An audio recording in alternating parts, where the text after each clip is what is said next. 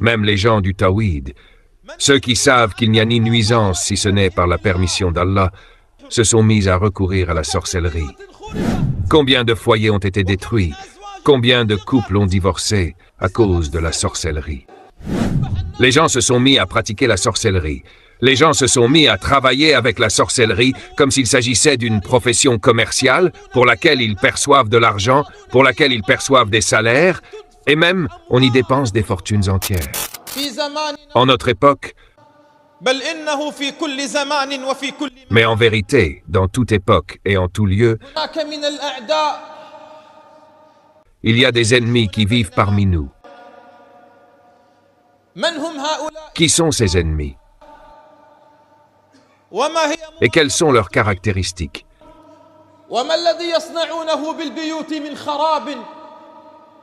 Et que cause-t-il au foyer en termes de ruines et d'incendie et de destruction? Quel est cet ennemi qu'ils portent dans leurs mains? Jusqu'à ce que cet ennemi en vienne à détruire une maison et à ôter une âme, à mettre des foyers en pièces et en miettes, à séparer un mari de son épouse, à séparer un frère de son frère, à séparer un compagnon de son compagnon, à séparer un voisin de son voisin. Qui est donc cet ennemi qui vit parmi nous et dont les partisans vivent aussi parmi nous?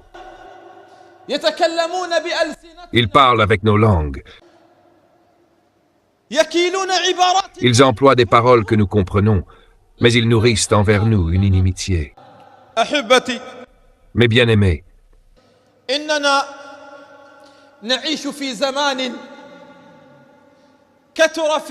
nous vivons une époque où l'envie s'est multipliée et où la calamité du mauvais œil s'est répandue.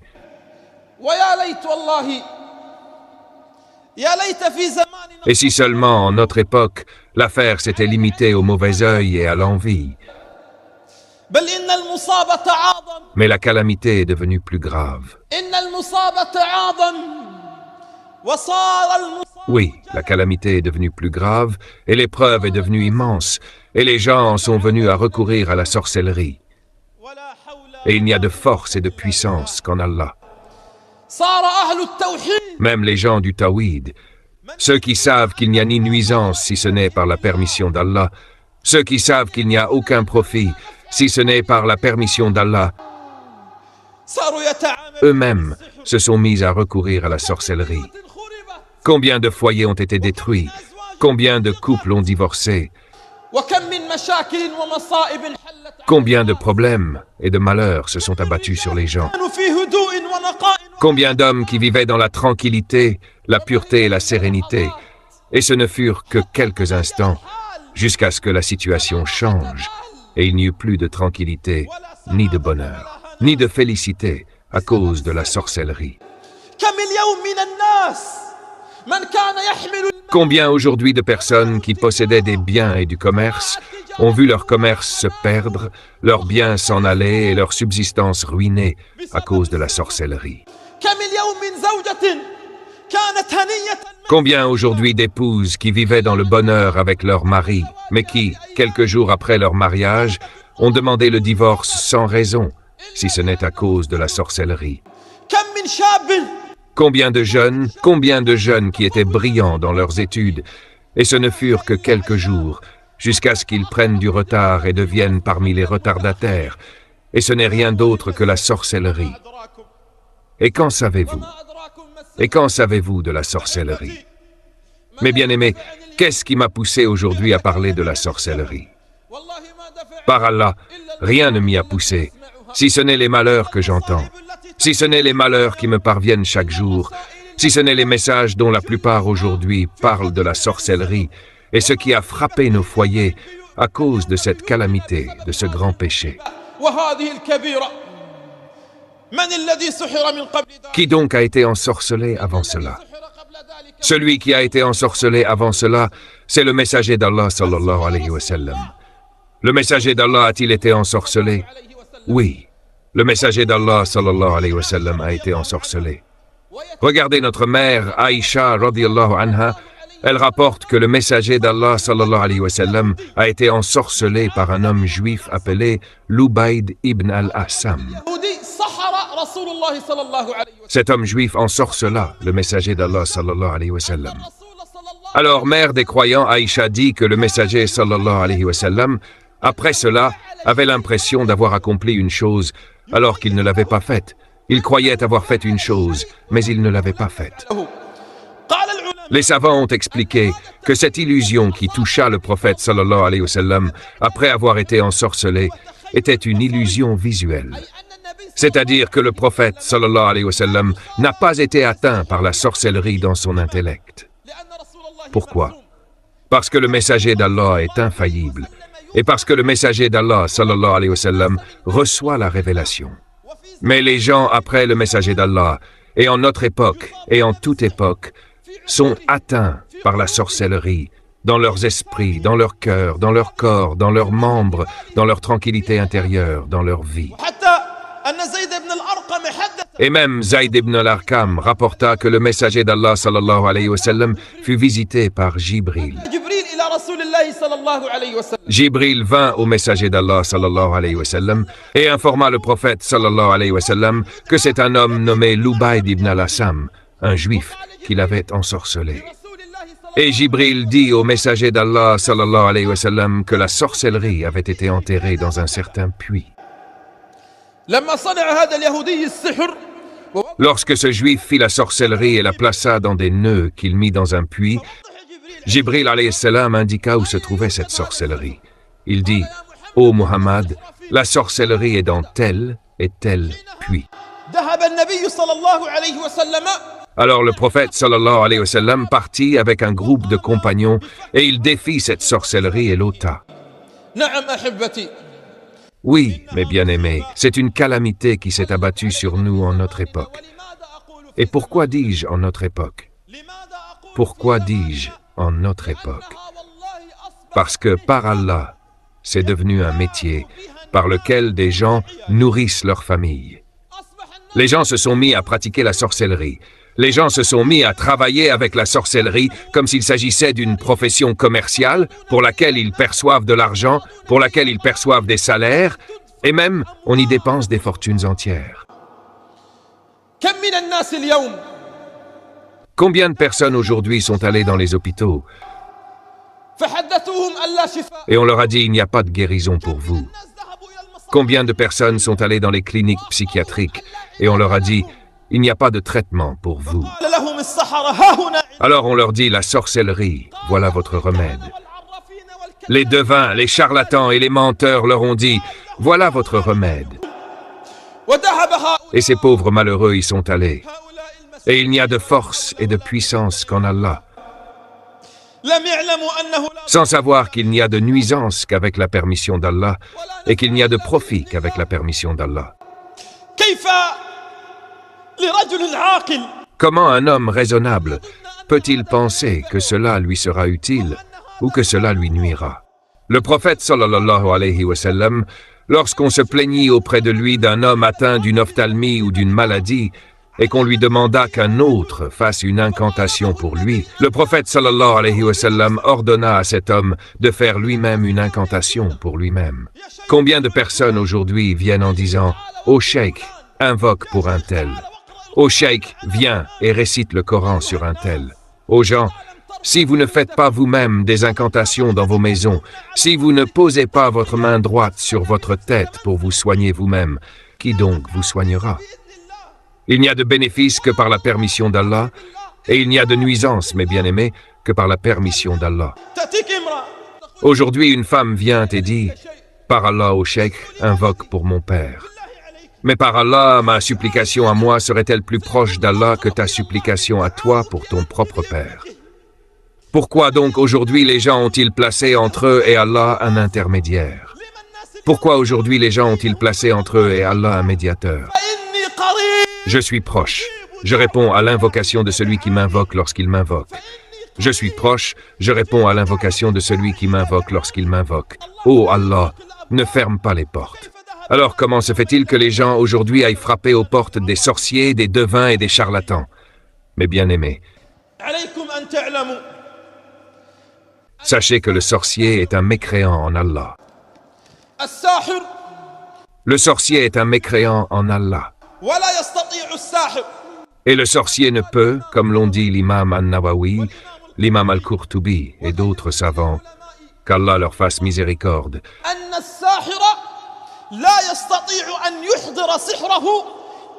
le sorcier ne peut réaliser sa sorcellerie qu'avec un djinn qui l'approche en dehors d'Allah. Sais-tu ce qu'il fait lorsque tu frappes à la porte d'un sorcier pour qu'il te fabrique une sorcellerie afin de détruire la relation d'un proche avec son épouse ou pour ruiner la vie et les biens d'un homme? Que fait le sorcier pour préparer son envoûtement? Regarde ce que disent l'imam An-Nawawi et Al-Qurtubi. Que disent-ils?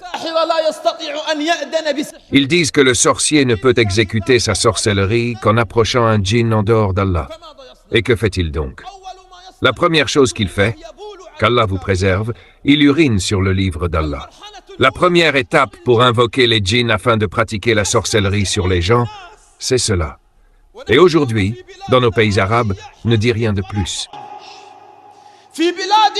Dans nos pays arabes, ne dis rien de plus,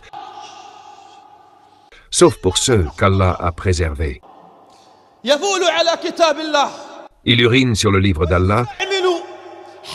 Il utilise le sang des menstrues des femmes, qu'Allah vous en préserve, pour souiller le livre d'Allah, puis il jette le livre d'Allah dans les égouts.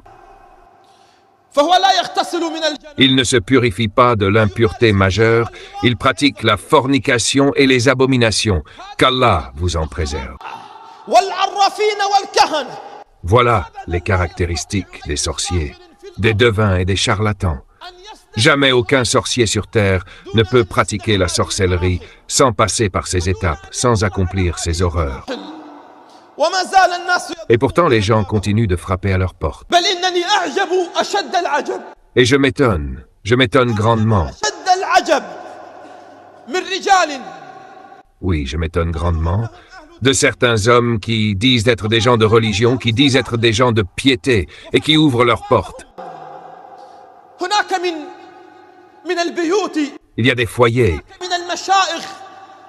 Il y a des cheikhs qui récitent le Coran pour les gens, qui pratiquent des incantations pour les gens.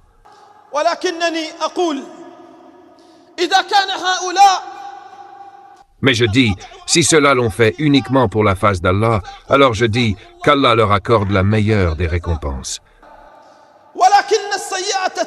Mais le mal, lui, se répand. Mais le mal se répand, et le bien reste limité. Aujourd'hui, les gens du mal n'ont laissé aucune porte aux gens du bien. Alors beaucoup de cheikhs, qu'Allah leur pardonne, qu'Allah les guide, qu'Allah réforme leur état, se sont mis à ouvrir leurs portes et leurs maisons, et les gens viennent à eux dans la tranquillité, puis leur vie se renverse de fond en comble. Mes bien-aimés, combien de personnes sont venues? Combien de personnes sont venues et nous ont raconté? Il n'y avait rien chez eux, pas de maladie, pas d'autre chose, sinon une légère tristesse, un petit chagrin.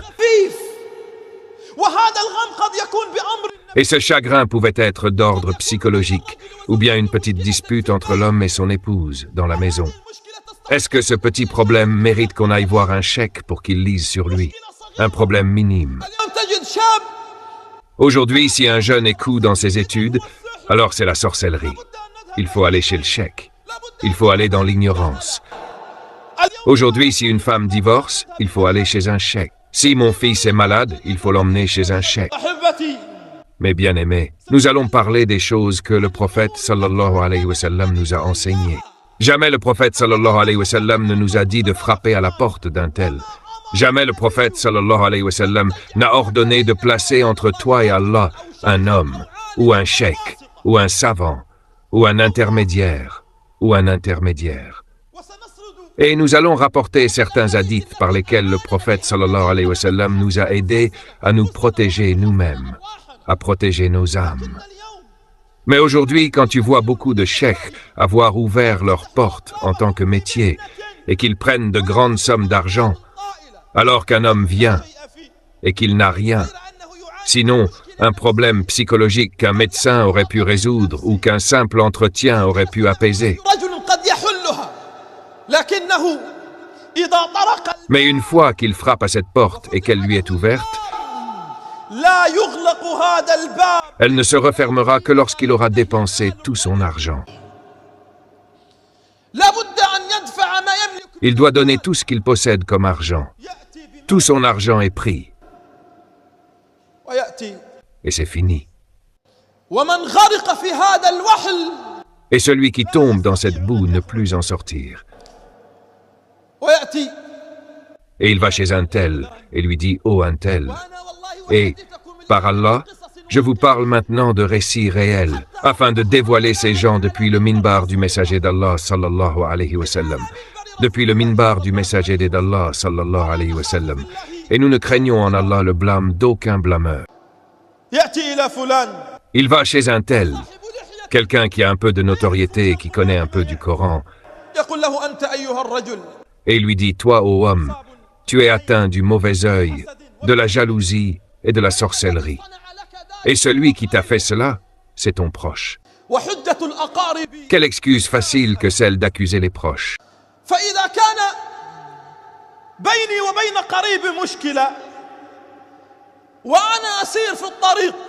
Si j'ai un différend avec un proche, et qu'en marchant je trébuche sur une pierre et je tombe, alors c'est mon proche qui m'a envié. Si mon salaire tarde à arriver, c'est que mon proche m'a ensorcelé. Si je rencontre un problème ou une dispute avec mon épouse, c'est qu'Allah m'a ensorcelé par mon proche, c'est que mon proche me déteste. Il t'allume une chandelle et te dit « Tu es ensorcelé ». Alors tu demandes « Ô cheikh, que dois-je faire ?» Il répond « Viens chez moi ». Et encore « Viens chez moi ». Et lorsque tu t'assois dans sa maison, prépare l'argent que tu peux préparer. Car, te dit-il, tu seras guéri par une huile venue de la Mecque.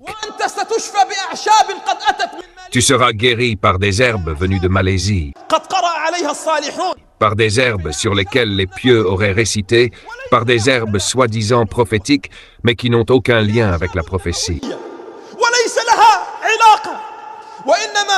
Et si tu ouvres la télévision une seule fois, tu trouveras ces mêmes herbes vendues sur les chaînes. Et que de chaînes aujourd'hui se sont ouvertes pour vendre ces herbes contre la sorcellerie. Que de chaînes, que de voleurs et de charlatans. Ils te disent, celle-ci coûte 100 000, celle-ci 15 000, celle-ci 20 000. Celle-ci te guérira immédiatement. Celle-ci résoudra ton problème avec ton compagnon ou avec ton proche. Mais ils ne savent pas que l'ordre d'Allah se situe entre Kaf et Noun, soit. Et la chose est, pourquoi les gens aujourd'hui ont-ils oublié qu'il y a un Seigneur dans le ciel qui répond à l'appel de l'affligé lorsqu'il l'invoque? N'est-ce pas lui qui répond à l'affligé quand il l'invoque? Pourquoi Allah a-t-il dit l'affligé? Sais-tu pourquoi? Sais-tu pourquoi il a dit dans le verset « N'est-ce pas lui qui répond à l'affligé » C'est pour te fermer la porte, même si tu es affligé, afin que tu n'ailles vers nul autre qu'Allah. Que tu n'ailles vers nul autre qu'Allah. Mes bien-aimés, il y a 2 semaines, un jeune est venu me voir. Ce jeune avait demandé une fille en mariage. Il vivait dans une wilaya. Il l'avait demandé en mariage et il vivait dans le bonheur et la félicité.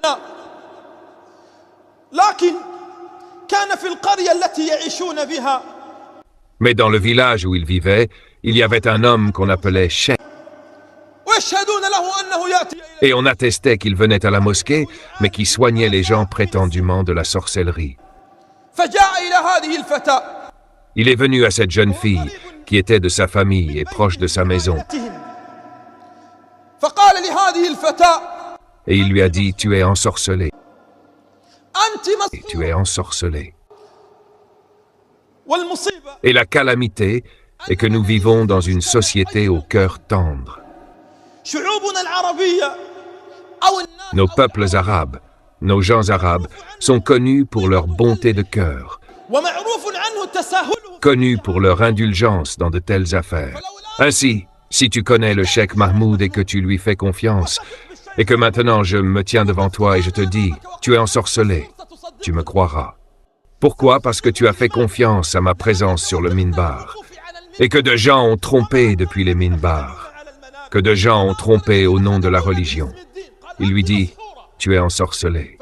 Alors cette jeune fille commence à vivre une détresse psychologique. Et si l'on dit à une femme, tu es ensorcelé, elle est ensorcelée psychologiquement. Et si l'on dit à un homme, tu es ensorcelé, il est ensorcelé psychologiquement. Et beaucoup de ces charlatans, on pourrait croire qu'ils pratiquent eux-mêmes la sorcellerie.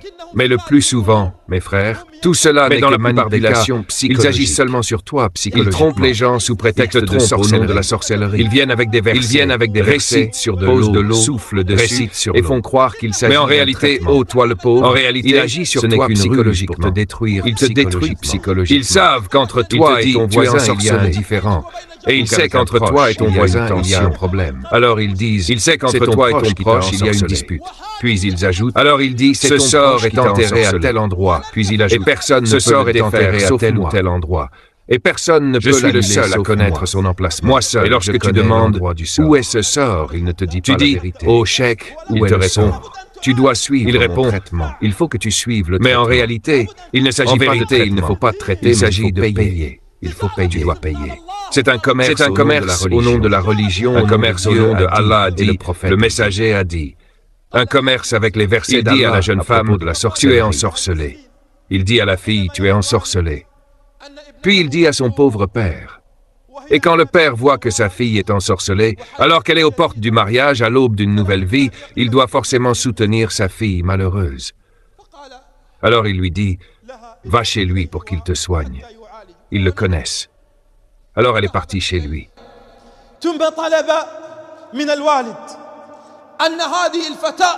Puis il a demandé au père que cette fille reste dans la maison 40 jours. On ne peut la soigner que dans la maison, dit-il. Dans quelle maison? Dans quelle maison? Par Allah, mes bien-aimés. Par Allah, mes bien-aimés.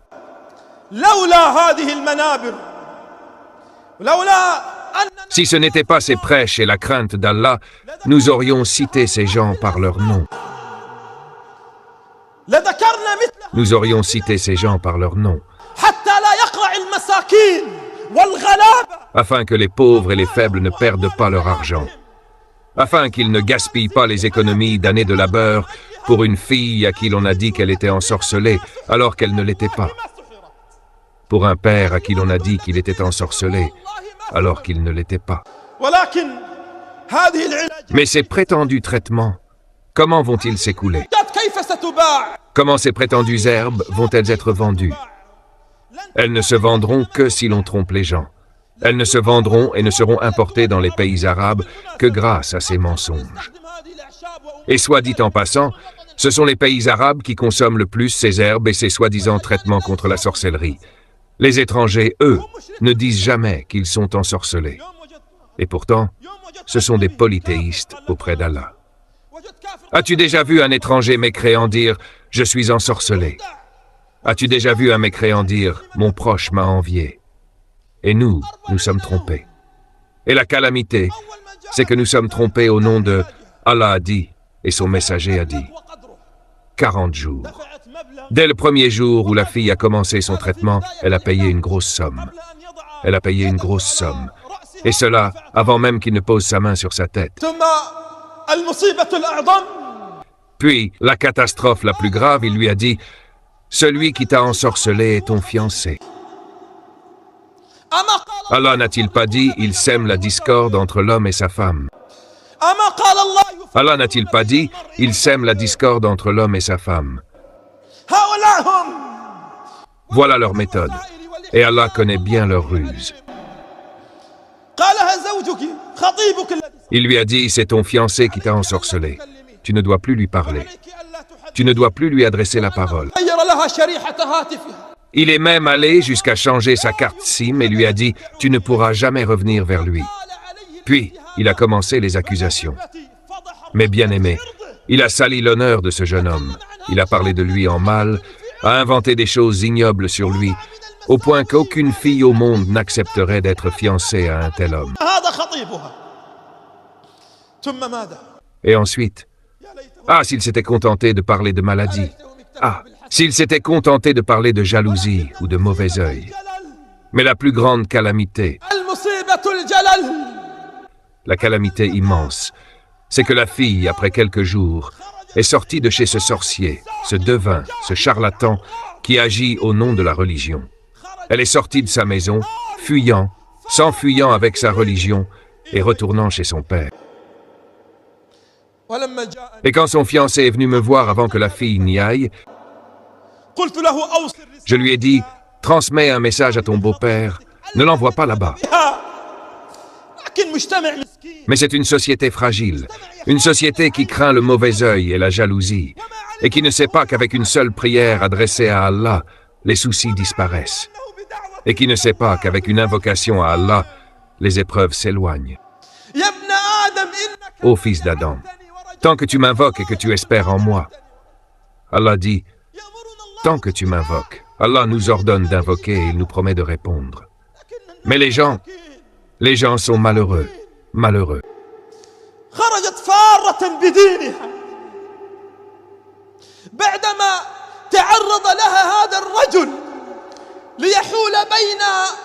Elle s'enfuit avec sa religion après que cet homme a voulu l'attirer dans le péché.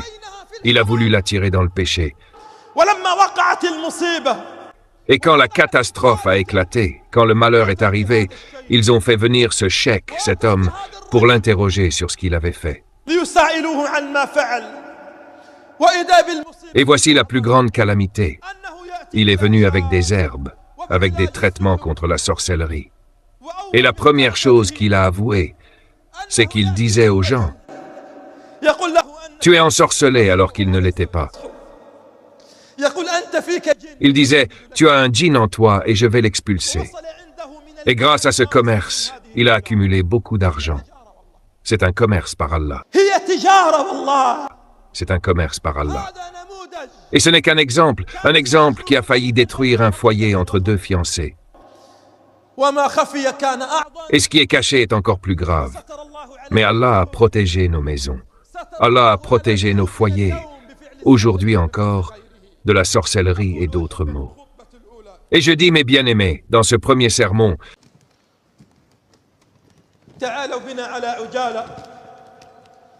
venez que nous rappelions ce que nous a recommandé le messager d'Allah, Muhammad sallallahu alayhi wa sallam. Aux gens,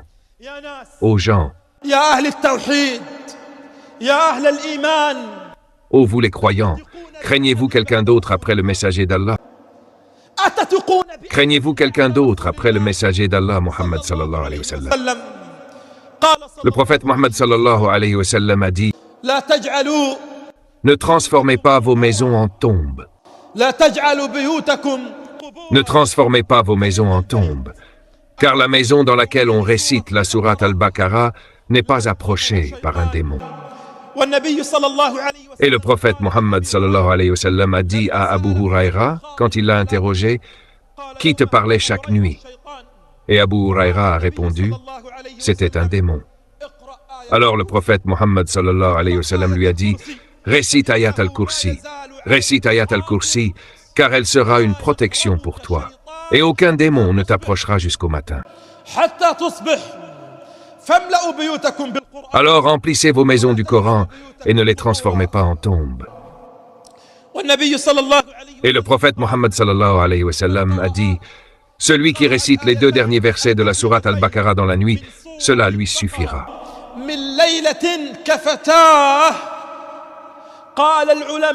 Les savants ont dit, cela lui suffira contre la sorcellerie. D'autres ont dit, cela lui suffira contre tout mal. Le messager d'Allah, Muhammad sallallahu alayhi wa sallam, t'a tracé un plan. Le messager d'Allah, Muhammad sallallahu alayhi wa sallam, t'a placé dans un havre de sécurité. Il t'a mis dans un cercle de protection. Prends garde à ne pas quitter ce cercle, sinon tu regretteras. Prends garde à ne pas quitter ce sinon, par Allah, tu regretteras, un jour où les regrets ne serviront plus à rien.